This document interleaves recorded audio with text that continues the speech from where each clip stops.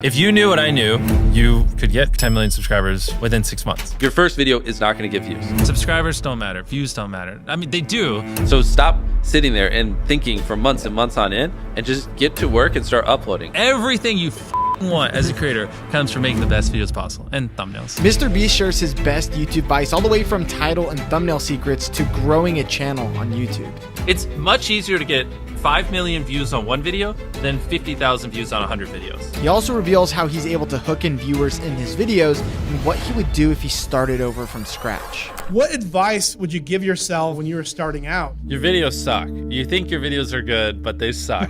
You know, they just do. And the sooner you learn how to make good, great videos that people actually want to watch, the sooner you'll get views. I think is the biggest takeaway. Because like when I was 14, I thought my videos were the best in the world. They weren't. They're terrible. Many people are making way better videos than me, but I didn't think that. And I think, you know, to be successful, you kind of have to have a little bit of that ego where you're like, you know, my content's great. You got to believe in it. But also like, if you have sub 1,000 subscribers, like there's a good probability your videos just suck. They just do. And you need to make hundreds of videos or 100 videos. I don't know. It depends on the difficulty of your videos. Improve something every time and just like get to the point where they don't. When you make good content, you'll blow up. It's not the algorithm. It's not anything. It's just like me and most people who are in my position, you just make terrible videos. And that's okay, because you got to make a bunch of videos and improve over time to be great. Like you don't just pick up a baseball and become an MLB level athlete within a year. You know, it takes many years, and YouTube's kind of the same way. A lot of people get analysis paralysis and they'll just sit there and they'll plan their first video for 3 months. And yeah, any of you listening, especially if you have 0 videos on your channel, your first video is not going to get views, period. It's not. Your first 10 are not going to get views. I can very confidently say that. So stop sitting there and thinking for months and months on end and just get to work and start uploading. Like all you need to do, this applies to people who have not uploaded videos but have dreams of being a YouTuber, is make 100 videos and improve something every time. Do that.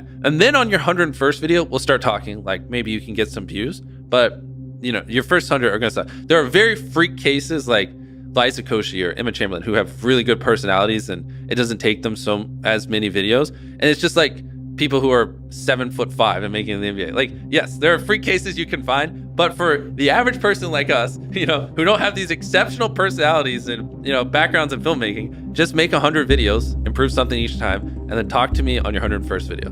How do you improve something each time? The second one, just, I don't know, put more effort into the script. The third one, try to learn a new editing trick. The fourth one, try to figure out a way that you can have better inflections in your voice. The fifth one, try to, you know, study a new thumbnail tip and implement it. The sixth one, try to figure out a new title. There's infinite ways. That's the beauty of content creation online. There's literally infinite ways, from the coloring to the frame rate to the editing to the filming to the production to the jokes to the pacing to every little thing can be improved, and they can never not be improved. There's literally no such thing as a perfect video. What YouTube wants is they want people to click on a video and they want to watch it. Like at its core, that's what it is. Now you can like draw little lines and go as deep as you want into how to get people to click and how to get people to watch. I mean, essentially by studying the algorithm, you'll learn that you're more studying human psychology, right? What do humans want to watch? Anytime you say the word algorithm, just replace it with audience and it works perfectly. Like the algorithm didn't like that video. No, the audience didn't like that video. Literally, that's it. If people are clicking and watching, then it gets promoted more. And that's literally all the algorithm does, is reflect what the people want to a T. And if you deny that, you just make terrible videos and are trying to find a scapegoat. What makes for a good title?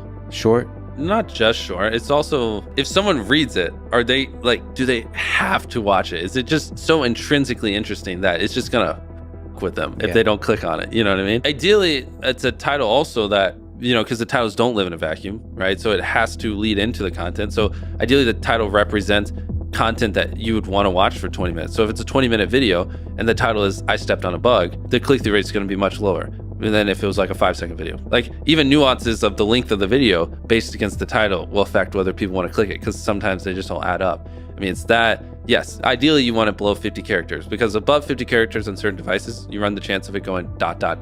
So like I took a light pole and I saw how many dollar bills I could stack on top, and they would just go ... because it's too long and it can't finish it. And that's the worst thing, because then people don't even know what they're clicking on. And so it's going to do even worse. Short, simple, ideally, and just so freaking interesting they have to click. And it is a good segue into the content, and it represents the length of the content. The more extreme the opinion, typically the higher the click-through rate. If you can like pay it off in the content, then it just supercharges it. So like, Oh, so you have a kind of estimate of the extreme. like this water, right? You're like, Fiji water sucks. Yeah. That would do fine. But if you said Fiji water is the worst water I've ever drank in my life, Yeah. way more extreme opinion would do way better. But you have to deliver. Yeah, but then you have to deliver, because the more extreme you are, the more extreme you have to be in the video. I heard you guys talking about autoplay on YouTube, Yes. and I've never considered it. I've always thought about the thumbnail, but now on YouTube, videos automatically play. Of course. So before you film a video, what is the thumbnail? What is the video? And then what's the first 5 seconds? And then what's the first 30 seconds? You know, by the first 5 seconds is like goes with the thumbnail. Because it's possible that people open YouTube and They don't see even- it. They don't Especially even see the for thumbnail. us, because like for so many people I've watched hundreds of our videos, when I upload, I am first on your homepage. So like you just literally don't even see the thumbnail because it autoplays so quickly. So like the thumbnail is irrelevant. I have to like visually convince you to click on the video. Wow, that's so interesting. Yeah, that's why we go so hardcore. Dude, that's so crazy. So do you consider also captions in those first 5 seconds? Because Of people course, aren't all watching of it. with Yeah, audio. everything. Everything. Yes, 100%. Wow. So those first 5 seconds, that hook is now even more important than it ever used to be. Oh, 100%. Yeah, before it was important because you had to convince people to watch. Yeah. Now you have to convince people to click and watch at the same time Whoa. with the first 5 So seconds. that's driving CTR now too. Yeah. It is, Interesting. 100%. Wow. I roast a lot of people who like have boring first 5 seconds. It's brutal. Your title and thumbnail set expectations, and at the very beginning of the video, to minimize drop-off, you want to assure them that those expectations are being met. If you click on a video where, of his, where it's like, Tether is a scam, and then at the very beginning, he starts talking about literally anything else, then you are like, oh, this is bull. This isn't what I clicked on. But if at the very start of the video, you go, Tether is a scam, and I'm going to teach you why, then it's like, okay, you match the expectations. So at the very beginning, match the expectations, and then you want to exceed them. So you want to assure people that what they clicked on is what they're getting, and then blow their mind and be like, but you're also getting even more. That's how you lower drop off, which a lot of people, sometimes it takes them like 20 seconds to really meet the expectations. And so you lose, like, that's where you're going to lose everyone. Everyone's videos start like this, and then it levels off. So you want to reduce the amount of people that click off on the audience retention graph. I hope you're popping up graphs while I'm saying this, so it's easier for people to visualize. We really should drill this home because like the number one thing is like retaining as many people as possible at the start. Because like envision a chart where you lose 35% of your viewers in the first 30 seconds, and then envision one where you only lose 20%. That's 15% more people that are watching, throughout the video than not. And it's not like you made the whole video like a bunch better. You just had a more strategic intro that hooked them.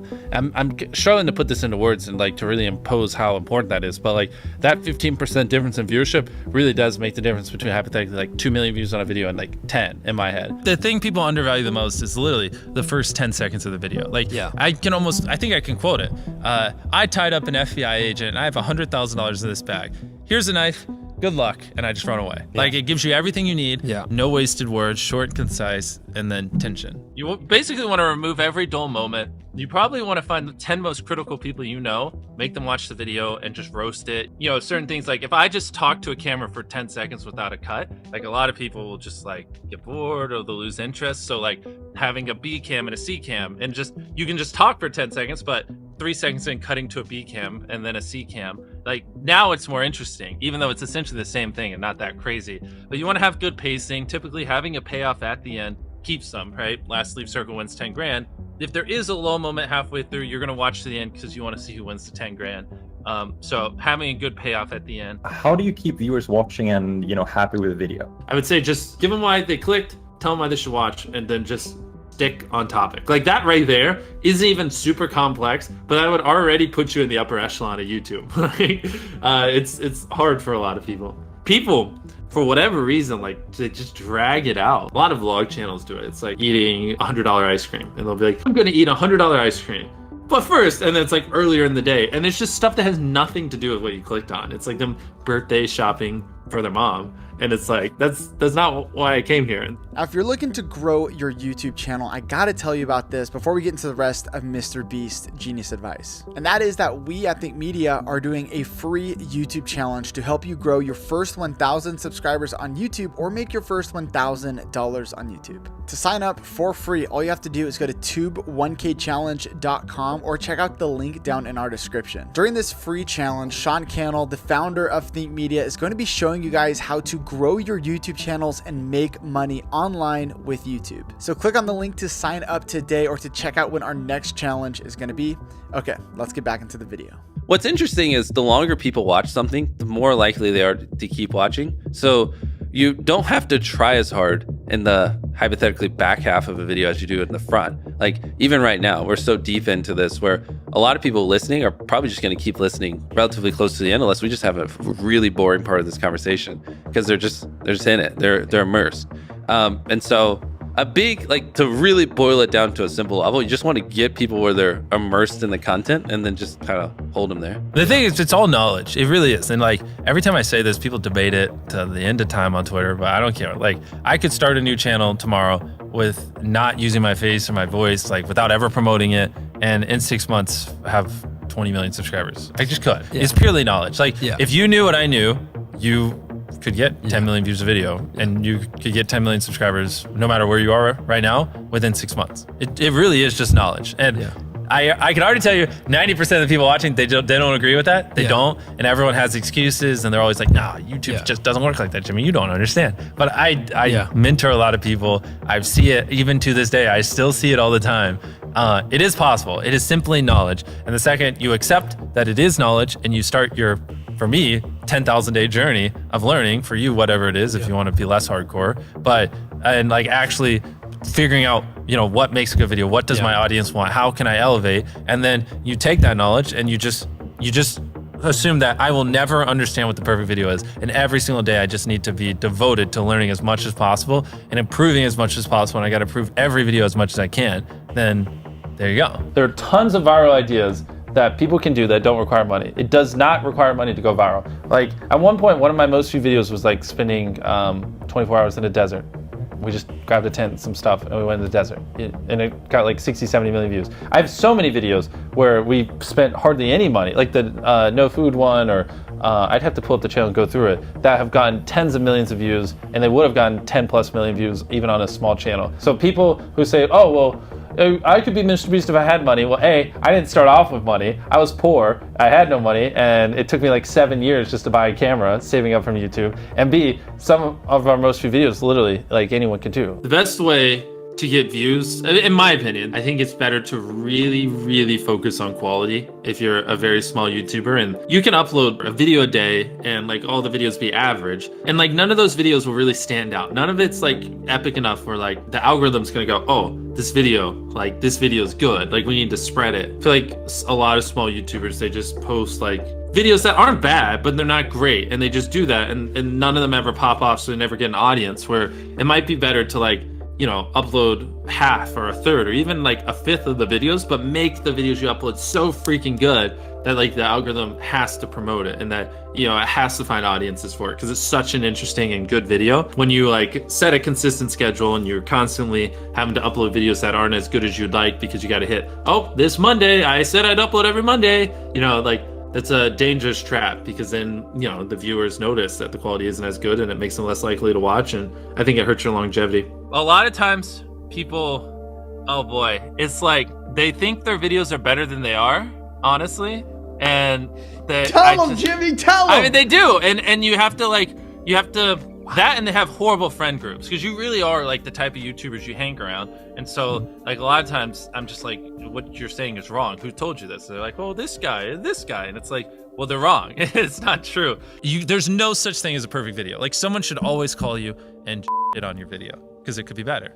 Like that's because imagine if someone does that every video and you upload hundreds, if not 1,000 videos over the next 10 years, and every single time someone's critiquing you and you're applying what they're critiquing. Like imagine the compound effect over that time span. It's invaluable. People think it's like, oh, well, it's all like CTR and stuff like that. But a big thing that everyone underestimates is it's what was your experience with your last video? If people loved the last video of yours that they watched, they're more likely to watch your next one. For the YouTubers watching this, when people watch your video, they go, okay, that was good, but like that's enough of you for the day. Like it was all right, right? Whereas what you want is them to go, holy crap, that was crazy. Oh my God, what's that? Holy crap, that was crazy. Oh my God. And they watch 10 videos. That's what you're going for, that data can't describe. And like, I've never heard anyone talk about that, but that is it. That's how you get these high view counts because people watch 10 videos, not one, you know? It's okay to draw inspiration from me, but just don't do what I do to a T. It's not like $1 versus blank. I'm the first person to do it. But I just, you know, saw that format and I was just like, how can I do that 100 times better? Right. How can I put 100 times more creativity into it? How can I level up the editing by 100 times? How can I spend 100, blah, blah, blah. And that's always my mindset. How can I, like, if I get inspired by something, how can I do that but 100 times better and make it my own? Whereas a lot of people are just like, oh, MrBeast did that. I'm just gonna do it. Yeah, how do I make a good thumbnail? How do I get people to click my video? You want it to be simple. You want them to be able to, like, when they're scrolling through their suggested or homepage or whatever touch point, you want them to instantly be able to understand what you're conveying. And you want them to feel some type of emotion, you know what I mean? The way I like to phrase it is you want to make it so interesting or spike their curiosity or whatever emotion so much that, like, if they don't click it, they'll wonder, you know, when they're before they go to bed, like, what happened? You know what I mean? Like an example would be like, if you uploaded a video, I rode a skateboard with 1,000 other people on it, and, like, people are falling off the side or whatever. And I'm envisioning like a giant skateboard, people like hanging on the side of it. Maybe it's like about to go off a big ramp. If you don't click that, you're gonna, like, be so curious. It's gonna be on your mind, you know? Later in the day when you're daydreaming, you're gonna think like, huh, what happened? What happened to those 1,000 people on that skateboard? That's kind of the mindset I think you should have when making thumbnails. How often do you change a thumbnail on a video? Is that something, do you usually just stick with one, or you try different ones?